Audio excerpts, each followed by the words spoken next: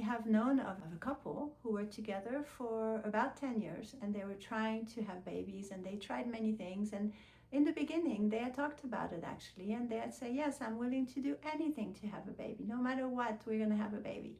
We're going to do whatever it takes. And when all the things were tried out and hadn't worked, the woman proposed to adopt. And then the man said, no, anything but adoption. I want it to be my real child, and I don't want to adopt. But it took her 10 years to find that out. And so maybe she would have not chosen to be with a man who didn't want to adopt and spend all those years with him. Maybe she would have anyway. But to know that in the beginning, I feel is quite important. What else about the desire for children? Let's just say for the couple who says, we don't want children, and something happens, but they get pregnant. What do? Have we talked about that? Have we made sure that we cannot get pregnant if we really don't want children? And are we ready to have an abortion if we do get pregnant?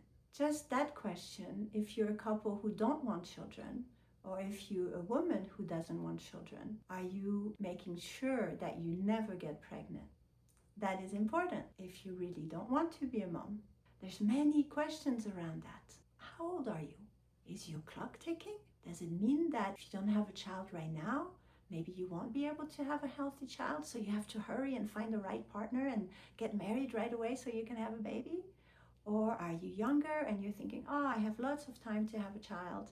I can first build my career. Let's take the situation where you are a younger woman.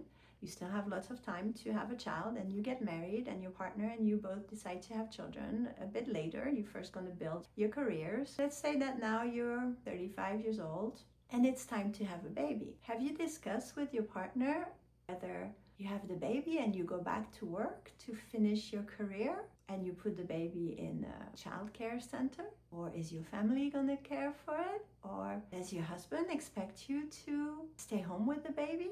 I know of another couple who was very in love. They were engaged. They were just about to get married. Everything was in place. They loved each other so much and everything was great. And then this conversation happened to come. And the man asked the woman how long she was planning to stay home with the baby after she gave birth. And she said, maybe 3 months max, because I don't want to lose my position at work. Between 6 weeks and 3 months would be ideal. And he was shocked. He was like, what do you mean you're not going to stay home with the baby for the first couple of years? And she was like, no way. I can't do that.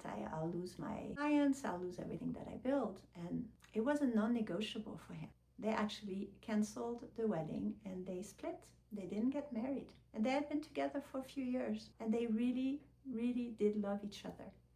And it was what I call a non-negotiable.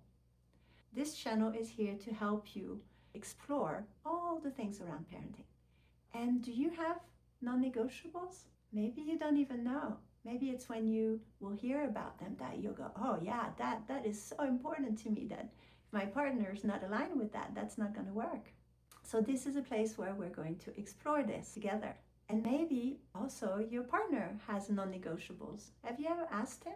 If you haven't, I will share with you in one of the videos how you can best find out what your partner really thinks about their certain things. Because as women, we have a way of asking questions and then almost answering them for the man, because he's thinking about what we said and we are already impatient, and so we give him choice A or B, and then he thinks about your choice A and B, and he stopped thinking about what he really feels, and then we maybe get even more impatient, and then you know how that goes. I will be so happy to explore with you how you can create the most beautiful, loving, healthy, compassionate, conscious home for you and your future baby. And from that day on, your life will never, ever be the same. You will never be just the two of you again, just the two of you. This love relationship that you have, the day a child comes, it changes forever. You will be 3, you will be 4, but you will never be just the two of you. Thinking about that, you may also want to wait a bit to bring in a child into your home and enjoy that time that it is just you and your partner. And give yourself the time to consciously plan to really, really welcome that new baby in your lives. That is what I hope for you and all the new souls coming into this world. I feel that there are some souls out there that are waiting. They don't just want to come in with any family. They are waiting for really conscious parents to welcome them.